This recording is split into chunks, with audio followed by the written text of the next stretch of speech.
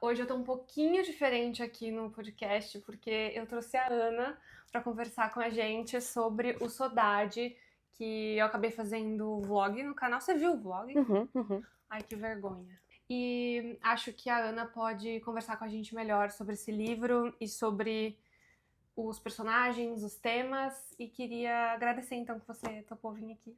Quero agradecer o convite, primeiro de tudo, e a leitura, que foi Forte. foi forte. Forte. E ainda bem, Uhum. fico contente com isso.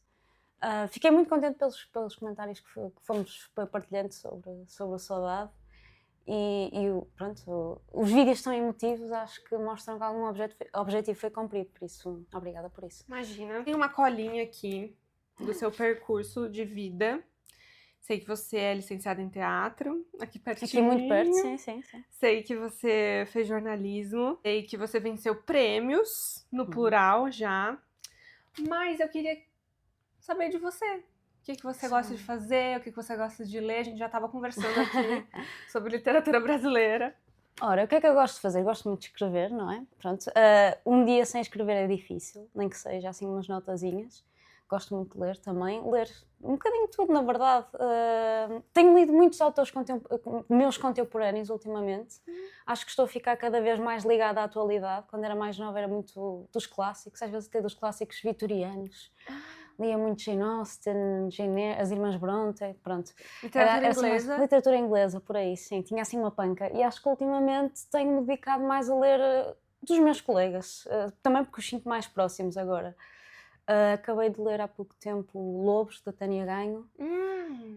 Você leu a Apneia? Eu li o Apneia, sim, já há algum tempo, sim. O que é que eu tenho lido mais? Eu tenho lido José Luís Peixoto bastante também, gosto muito. Muito bom. Mas é eclético, leio muita coisa mesmo. É que eu imagino que para escrever um livro como Sodade é preciso também um certo repertório, um certo interesse pela vida, porque, pronto, tu é uma guria de o quê? 30 anos? 29, por favor, Você fez ainda 29. falta um ano. Mas Um ano, faltam uns meses. Faltam uns meses? Faltam uns meses. Eu tô muito ansiosa pra fazer 29, eu tô muito ansiosa pra fazer 30. Eu estou muito ansiosa por fazer 30 e tenho sofrido muito. Quando fiz 29 chorei muito, não quero imaginar como é que vai ser nos 30, mas... Você vai fazer uma super festa de 30 anos. Epá, eu fiz uma super festa de 29 que era de género. É o meu último ano dos 20, eu tenho de aproveitar ao máximo, eu não quero chegar aos 30, eu tenho mesmo de fazer uma cena em grande. Não sei o que é que vou fazer nos 30, não sei se vou estar demasiado deprimida ou se vou abraçar essa nova... Não, eu acho que tem que fazer uma super festa comemorativa de escritoras. Acho que sim. Tenho que pensar nisso, Eu acho que é preciso muita empatia com a vida para escrever um livro como esse. Eu vou fazer um pedido pra gente começar a falar do livro. Aliás, adoro essa foto. Nós temos uma espécie de regra. Você já ouviu o Era Tempo de Morangos? Vou confessar, nunca ouvi um episódio do início ao fim. Ainda bem. Por quê? Então, pra você vai ser tudo novidade. Okay. É o seguinte. Toda vez que eu trago aqui algum escritora, e dessa vez agora em vídeo ainda por cima, vocês são obrigados, é uma regra do podcast, a fazer a leitura da primeira página. Porque nós gostamos de ouvir a voz do escritor por trás. Então, aqui no caso, escritora, por favor, ignore as minhas anotações.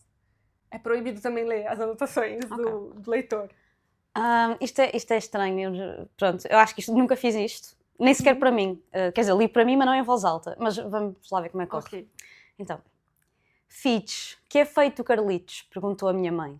Quando caí em mim, os olhos dela estavam fechados e o seu rosto também, como se os rostos chegassem também eles a um fim. Ela tinha uma das mãos entrelaçada na minha, a outra sobre a grade de ferro da cama do hospital.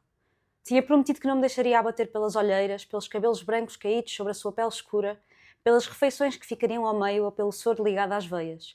Mas não fui capaz de me preparar para a despedida. Onde estão os meus relógios? Foram as últimas palavras do pintor Salvador Dalí. Adeus, miúda, despacha-te, as do ator Humphrey Bogart. Uma festa, vamos fazer uma festa, as da ativista e enfermeira Margaret Sanger. Fitch, que é feito Carlitos, foram as da minha mãe. Dei por mim sem lágrimas nos olhos, sem exalar um único suspiro, mas com um aperto no peito que me paralisava todo o corpo. Demorei até conseguir carregar no botão para chamar a enfermeira.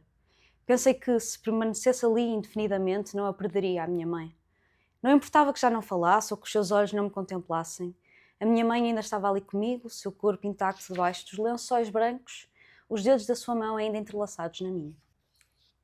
É muito diferente ouvir você Do lendo. que ler na cabeça, pois É imagino. porque eu leio com o português do Brasil na cabeça. Pois, faz sentido. Pronto, esse livro já começa no fim. Sim, no fundo, sim, no fim. Num fim, sim. Num sim. fim. E no princípio de uma vida que vai em busca de uma vida passada. Sim. Eu queria que você contasse então pra gente como é que foi encontrar essa história, como é que foi escrever esse livro. Eu por acaso nós estávamos aqui a falar já e eu questionei-me se tu se já tivesse ouvido em algum lado o quão verdadeira é esta história, mas acho que não. Não. Portanto, eu acho que te vou surpreender com a Ok. história que se segue. Ok. Tudo isto começou com uma reportagem que eu tive de fazer para o jornal onde eu trabalhava, a Mensagem de Lisboa.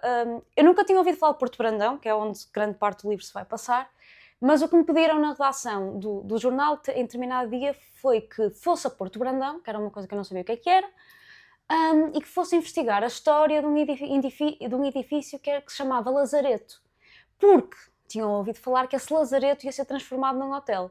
Eu não fazia ideia do que era o Lazareto, o Porto Brandão também não fazia ideia do que é que eles estavam a falar. As pessoas na redação sabiam, havia algumas que sabiam. Eu não sou de Lisboa, não conheço Almada, Porto Brandão fica em Almada, não conhecia nada dessa zona e, portanto, eu estava completamente às escuras e algumas pessoas na redação tinham uma ideia. No século XIX foi construído um grande edifício no Porto Brandão, em Almada, que era para onde os viajantes que chegavam a Portugal, vindos de outros continentes, tinham de fazer a quarentena durante 2 semanas até finalmente poderem ir visitar Lisboa. Na altura era por causa da febre amarela, cólera, pronto. Era uma espécie de Covid daquele tempo, em que tu eras obrigado a quarentenar naquele edifício. Pronto, e entretanto esse edifício foi tendo várias vidas e está abandonado há vários anos e ouvira-se o rumor de que ia ser transformado num hotel. E eu tinha de contar a história deste edifício, até porque eu no jornal, na Mensagem de Lisboa, trabalhava sobretudo sobre a questão do património. Portanto, isto era a minha cena, pronto. E eu, comecei a pesquisar coisas sobre este edifício. E o que me fascinou mais na história toda nem foi tanto, também foi, mas não foi só o facto de aquilo ter sido um lugar de quarentena, aquilo é uma coisa gigantesca, que tinha várias alas, que eram os doentes, não é os doentes, os viajantes vindos do barco X quarentenavam numa ala, os que vinham do outro vinham para outra era ala. Organizado ainda. Tudo completamente organizado, aquilo tinha uma lógica, pronto, na altura. Houve algumas pessoas, acho que houve o Rafael Bordal Pinheiro, passou lá uma temporada e escreveu sobre o Lazareto. Há até algumas ilustrações que ele fez. Portanto, a história do edifício já era interessante por si, esta parte. Mas depois, para mim, a história ganha uma outra camada quando eu descubro que aquilo depois fechou, acho que no final do século XIX, porque já não era necessário, tornou-se obsoleta a função. Nos anos 50, para aí, foi transformado num orfanato, ou seja, aquilo era tipo uma espécie de convento, com freiras e meninas que lá viviam, até que nos anos 50 é que aconteceu isto. Uma viga do telhado caiu, atingiu 2 meninas e matou-as, e pronto, e o edifício foi encerrado. Pronto. E esteve muitos anos abandonado. Entretanto, nos anos 80, anos 90, uma vaga de imigração cabo-verdiana chega a Lisboa e, não tendo onde viver, começa a ocupar este edifício abandonado. E para mim esta parte da história é que eu fiquei, como assim? Começam a ocupar?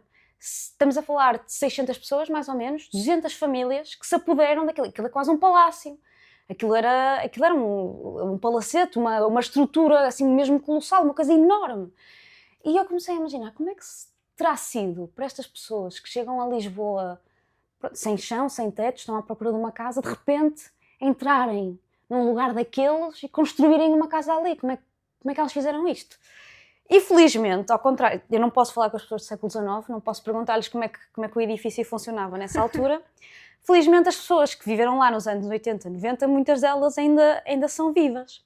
E uma das primeiras coisas que eu encontrei foi um grupo de Facebook chamado Mocidade do Asilo 28 de Maio, o Lazareto, depois de Não se acredito transformar... que a tecnologia tem É verdade, conta nisso. E eu fiquei, tenho de falar com estas pessoas, queremos contar a história deste edifício, estas são as melhores pessoas com quem falar, não é? E enviei uma mensagem para o grupo a dizer: sou jornalista, quero muito contar a história do Lazareto, Asilo 28 de Maio, que foi o nome que foi dado quando foi transformado em orfanato e assim se manteve, pronto. Gostava muito de falar com pessoas que tivessem lá vivido, se alguém se disponibilizasse para falar comigo. E houve um senhor que mandou-me logo uma mensagem privada. Foi quase automaticamente, eu publiquei a mensagem e começou logo a falar comigo. E combinou comigo levar-me, não ao asilo, porque ele disse-me que o asilo estava fechado, mas ao bairro do asilo, que era o sítio para onde eles foram realojados quando houve uma derrocada que matou 2 meninos nos anos 90. Ou seja, quase que a mesma história se repete. 2 meninas morreram nos anos 50, nos anos 90 volta a acontecer uma tragédia que mata 2 crianças e a população que lá vive é realojada para um bairro. É um bairro que fica no Monte da Caparica. Ele queria me levar ao bairro porque lá vivem muitos ex-moradores do asilo. Eu já não vivia no bairro, mas conhecia as pessoas e queria muito dar-me a conhecer. E, portanto, o meu primeiro contacto com esta história é, de facto, quando eu vou ao bairro do asilo e falo com várias pessoas que viveram lá, nomeadamente este senhor, o José Manuel Tavares. Pronto. E o José Manuel Tavares conta-me um bocadinho da sua história de vida. Diz-me, por exemplo, que no asilo houve, durante os anos 90, um problema forte de droga, que aliás afetou toda a Lisboa, toda a grande Lisboa e todo o país, na verdade.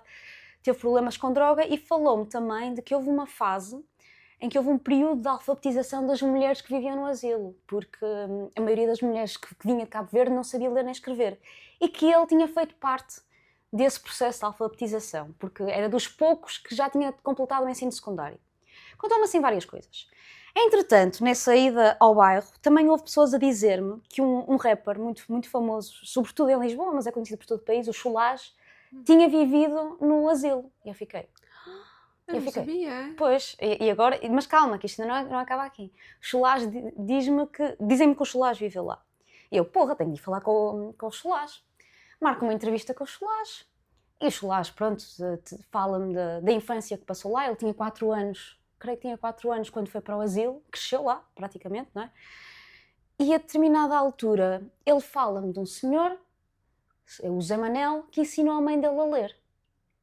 E eu fico, Zé Manel... O senhor com quem eu tinha estado no bairro era o José Manuel Tavares. Eu fiquei, e ele tinha-me falado que tinha feito parte do processo de alfabetização. E eu digo, Zé Manel, eu sei quem é, eu estive com ele. E o Cholage responde-me assim, isso não é possível, o Zé Manel morreu. E eu, coincidência a mais, o mesmo nome, fizeram parte do processo de alfabetização. E eu, tenho a certeza, é que eu falei com um senhor com o mesmo nome, também me disse que tinha feito parte do processo de alfabetização, e ele, tenho certeza, ele teve muitos problemas com a heroína e ele morreu.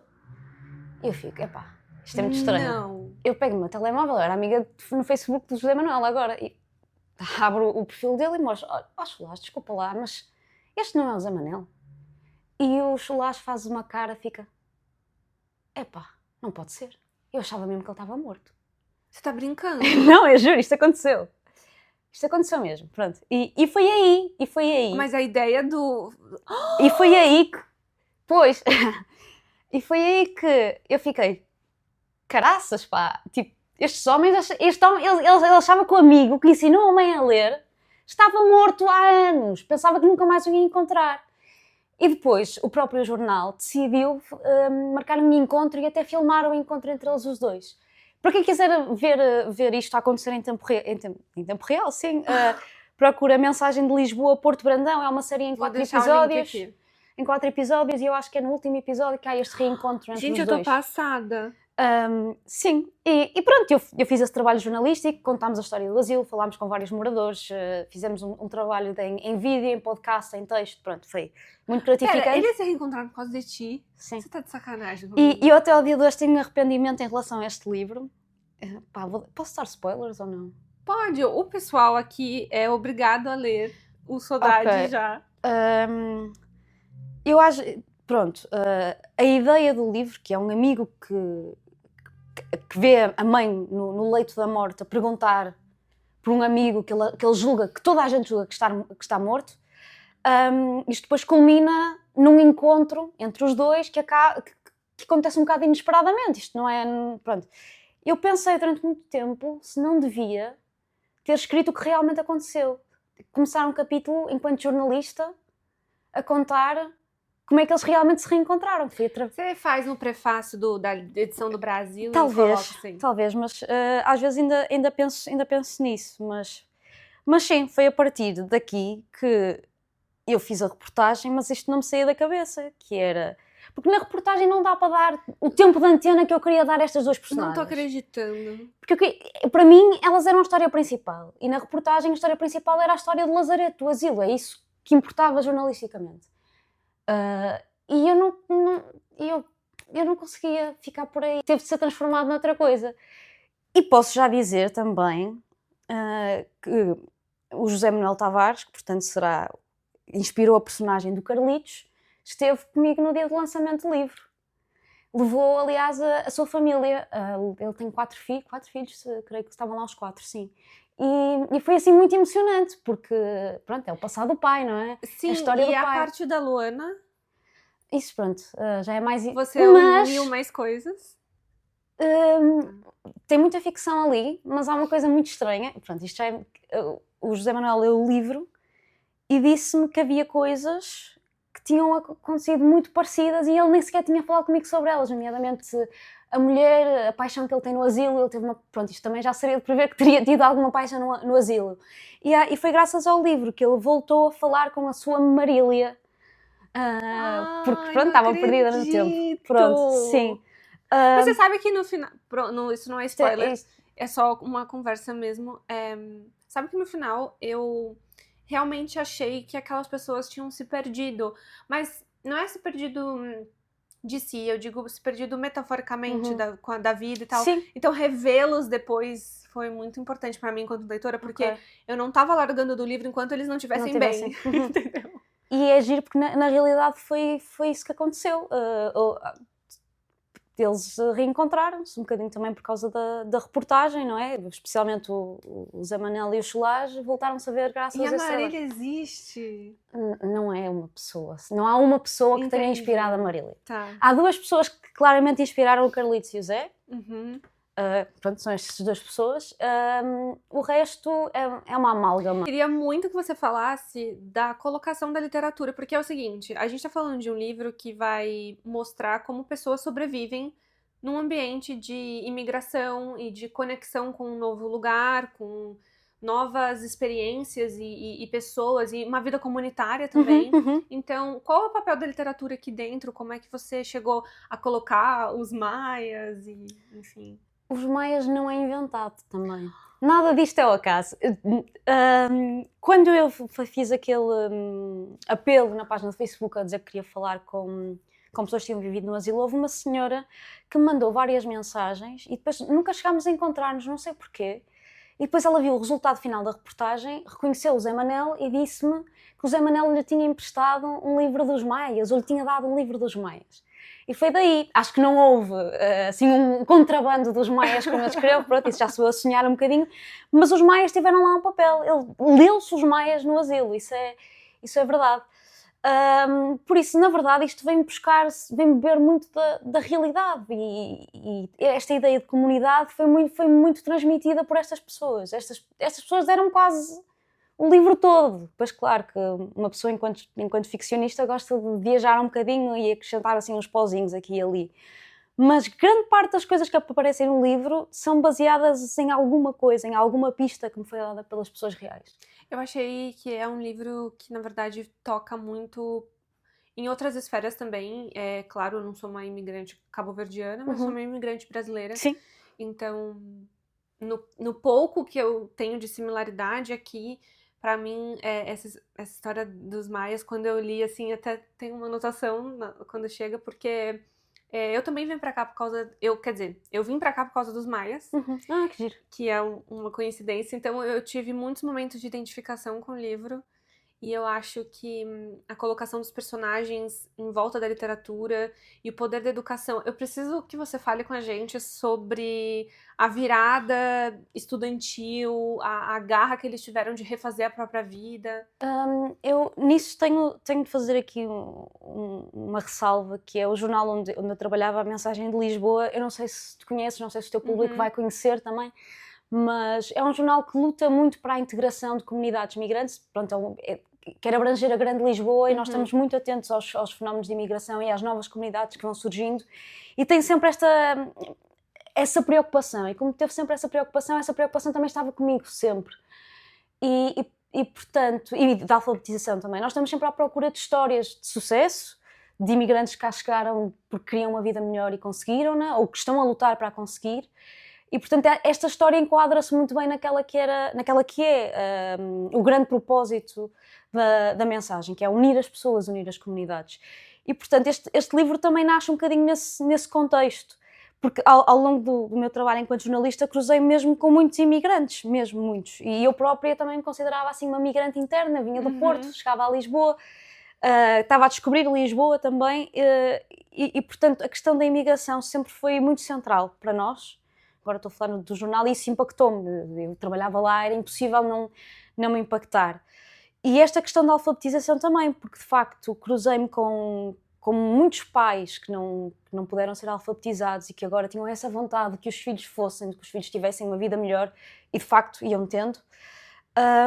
E essa era uma preocupação que também queria que passasse, porque faz parte da história desta comunidade em particular, mas na verdade de todas as comunidades que procuram uma vida melhor ao vir para Portugal ou para outro sítio qualquer, não é? Eu queria que você falasse um pouco com a gente, nesse tom de imigração, essa questão de reconstruir a própria vida, porque nós temos um personagem aqui, o Zé, sobretudo, que consegue fazer isso por meio do trabalho, por meio da educação, dos estudos, né? Sim. Conheci alguns casos assim.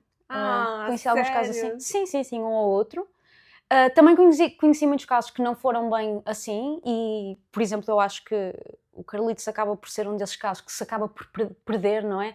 E na verdade ele é que é o grande mestre, é que é o grande mentor, mas ele é que se perde. E também vi isto acontecer em algumas histórias, acho que é muito humano acontecerem peripécias que nos impedem de alcançar os nossos objetivos e às vezes influenciamos positivamente alguém, mas não nos conseguimos influenciar positivamente a nós. Eu acho que encontrei as duas histórias em várias pessoas diferentes. O Solage, por exemplo, acho que é um exemplo de uma pessoa que conseguiu de facto. Ele é um grande músico agora, é uma pessoa muito reconhecida, tem um papel ativista muito forte e portanto aí também o paralelismo entre o Solage e o Zé. Depois, por outro lado, tínhamos o Zé Manel e o Carlitos, que eram grandes impulsionadores, tinham grandes sonhos e depois, à custa de um desvio, acabaram por não conseguir concretizá-los da forma que queriam, mas que agora estão novamente a tentar reconstruir a sua então, vida. Aquele final... Sim. Nossa, eu não acredito, imagina. Não é exatamente assim, mas sim. Eu sinto isso da parte do Zé Manel, sim. Essa questão de, muitas vezes... Bom, a gente tem uma trama aqui que toca em muitas questões sensíveis, mas não é aquele sensível que a gente vai chorar e espernear. E eu chorei porque, pronto, o livro diz muitas coisas do que eu também já vivi. Mas no que cerne a amizade, pra mim foi um livro muito importante, porque eu também já tive que me afastar de algumas amizades por conta desses mesmos motivos. Então, eu fiquei com aquela certa esperança, assim, de que um dia a vida nos reencontre de novo, sabe? Sim. Acho que isso é a história da humanidade, não é? Estamos sempre a perder-nos e a reencontrar-nos uns dos outros. Alguns ficam mesmo pelo caminho, mas outros acabam por... às vezes as coincidências são... Mas o mais incrível é que realmente eles se questionavam se o Carlitos tinha morrido ou não. Na verdade, tinha uma certa certeza que sim, né? Sim. Porque foi isso que eu vi no Solage, quando lhe falei do Zé Manel. Para ele não havia uma questão sequer, ele estava morto. E para mim isso chocou muito, que é, como é que tu estiveste estes anos todos a achar que esta pessoa estava morta quando ela não estava? E acho isso achei muito interessante como é que de repente o mundo dele deu, naquele segundo que viu a foto dele, deu uma volta, foi dizer, ai não, ele está vivo. Este homem que ensinou a minha mãe a ler e a escrever está vivo, pá. Fogo. Esses temas de ensinar a mãe a ler, ver ali também o empenho desses homens já adultos numa situação de vulnerabilidade, aprendendo a ler, ainda se esforçando. É uma força que não acaba mais. Eu acho que isso acontece muito em comunidades como a cabo-verdiana. Houve várias histórias assim, várias histórias de alfabetização. Ainda há muitas histórias de mulheres que se querem alfabetizar e que estão a começar Há uma reportagem excelente na mensagem sobre isso, sobre a alfabetização de mulheres migrantes e como é que funciona e de facto muitas vezes é impulsionada por pessoas da comunidade, por pessoas que lhes são próximas e que querem ajudá-las. Isso acontece muito e mostra, lá está, a força de vontade das pessoas, o querer reerguer. Nos bairros sociais, nós, enquanto na Mensagem de Lisboa já cobriu vários bairros sociais, até já deslocámos a nossa redação para bairros como Chelas, e nós vemos que há lá pessoas muito impulsionadoras, com muita vontade de mudarem as circunstâncias da comunidade, de darem novas oportunidades, e sente-se muito.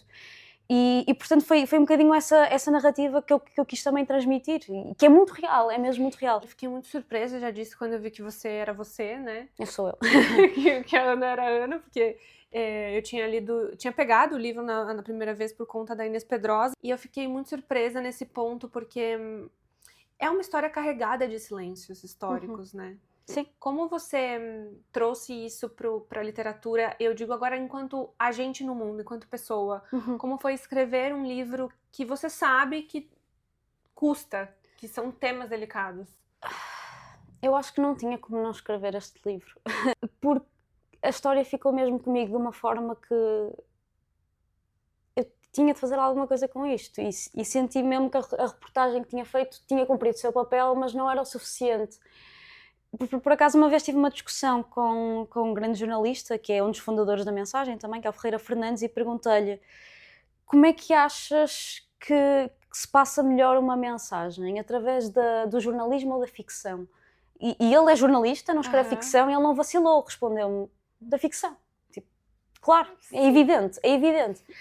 E eu sinto que, pronto, nos tempos em que nós vivemos, de alguma polarização política, em que temos assistido a alguns ataques à comunidade migrante, este tipo de histórias não pode mesmo ser silenciada de forma alguma. E a reportagem até pode chegar a algumas pessoas, mas vai ser sempre um público, e o livro também, na verdade, nunca vai chegar a tantas pessoas quanto nós gostaríamos, mas quero acreditar que através do livro estou a chegar a mais pessoas, e que outras pessoas estão a saber o que é que se passou neste lugar, e que na verdade é reflexo do que se passa em muitos outros sítios. Existem tantos prédios, tantas casas clandestinas que são ocupadas por migrantes que têm lá vidas, constroem lá as suas comunidades e têm vidas precárias, como acontece aqui, e há esta quase tensão entre nós somos uma comunidade, mantemos-nos juntos, mas não podemos estar aqui para sempre, porque não temos as condições para isso. E claro que o Asilo Lazareto é um edifício assim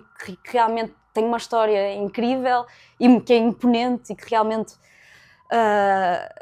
uma pessoa olha para aquilo, e para quem já foi lá, eu fui lá uma vez, pronto, e já passei várias vezes por Porto Brandão e vejo sempre lá ao longe, no cume da montanha, o Asilo 28 de Maio, aquilo tem um impacto. Mas há muitas histórias que não têm um edifício com um grande impacto e que são histórias semelhantes a esta. Sim, eu consigo adaptar, vamos dizer assim, muitas pequenas coisas desse livro, até pra minha vida, né? Eu acho que a gente acaba sendo um pouco egoísta quando lê, porque a gente fica buscando alguma identificação, né? Sim. Mas foi um livro que, pra mim, pelo menos, enquanto imigrante, me deu um lugar, sabe? Me deu algumas certezas, algumas coisas que...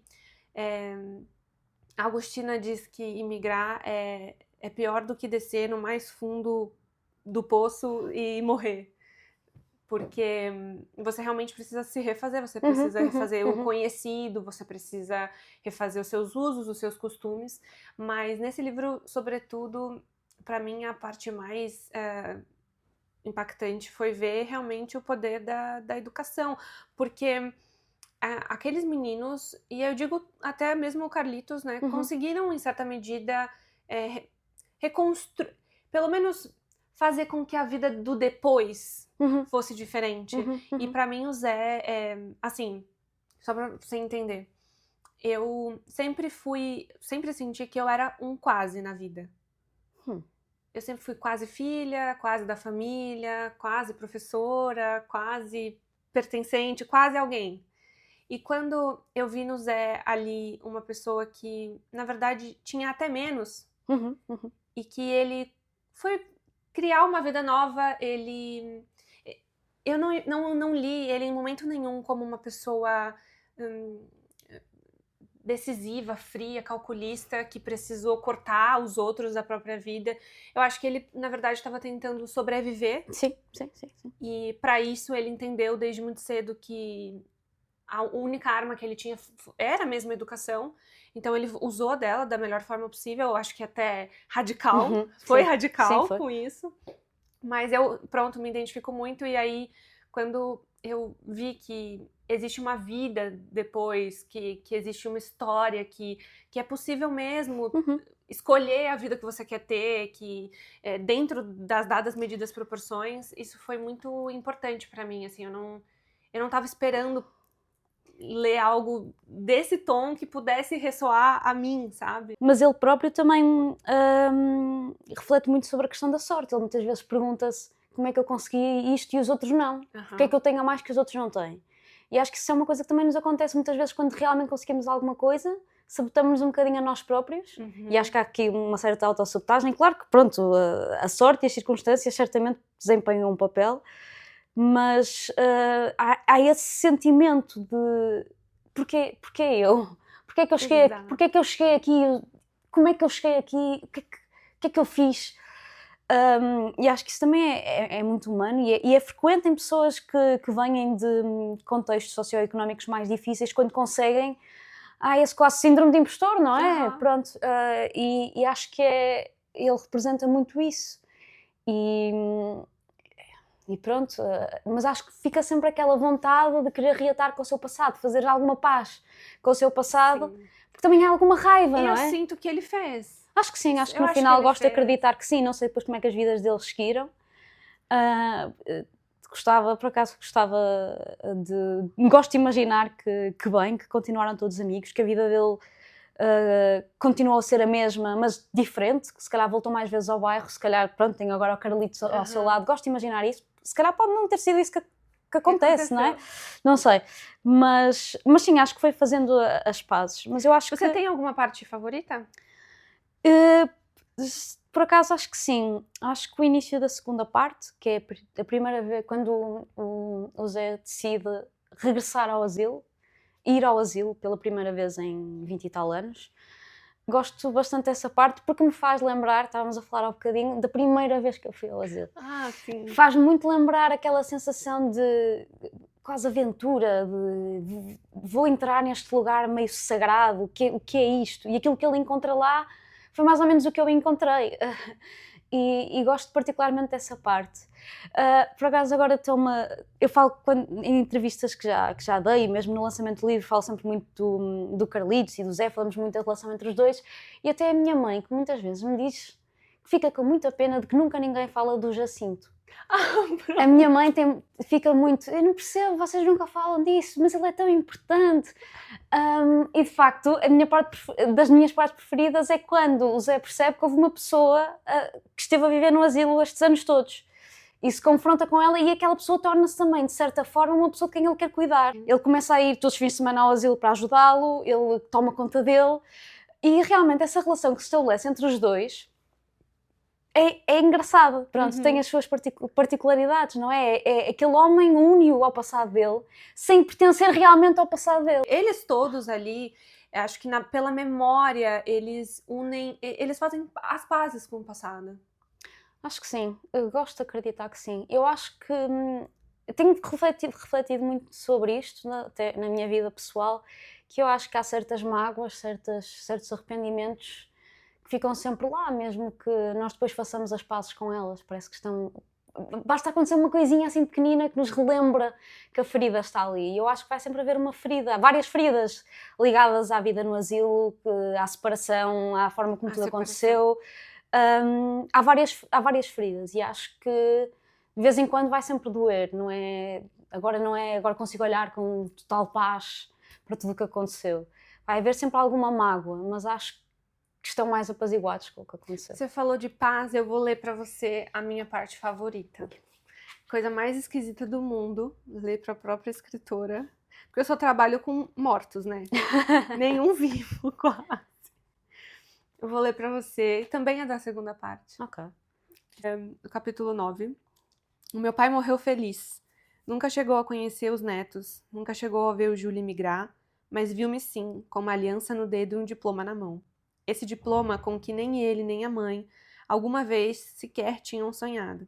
O meu pai, Gabi da Viola, morreu do cansaço, dos dias de carregar tijolos, das horas de trabalho físico árduo. Morreu num corpo que tinha saudade de uma outra vida, que se lhe curava as dores, quando as mãos encontravam as cordas de uma viola. Saudade, saudade da minha terra, São Nicolau. Eu só entendi o título. Ah, ok. Aí, Sim. pra mim, essa foi uma das partes principais, porque eu acho que ele conseguiu dar uma certa dignidade a esse pai. Sim, aos dois pais, não é? Aos Aos dois pais, não é?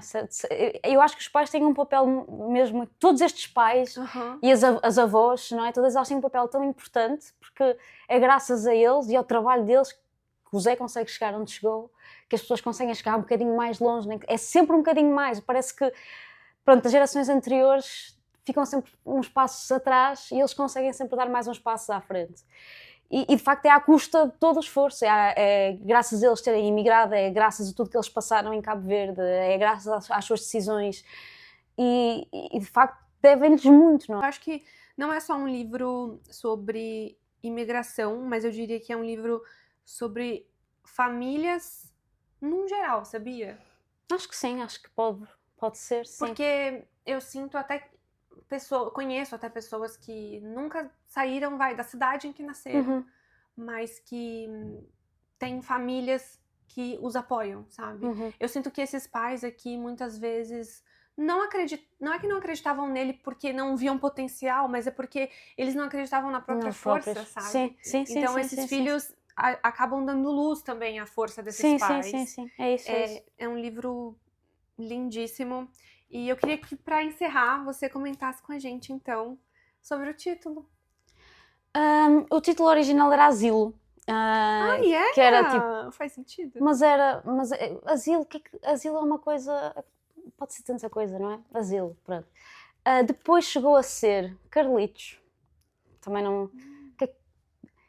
E andei assim à volta desses dois durante muito tempo. E depois até, olha, foi em conversa com a minha tia que ela disse, e por que não Saudade? Faz todo sentido, não é? E a música, pronto, a música da Cesária Évora foi escrita sobre os imigrantes cabo-verdianos, a saudade da sua terra, isto é sobre os imigrantes que partem para Timor-Leste.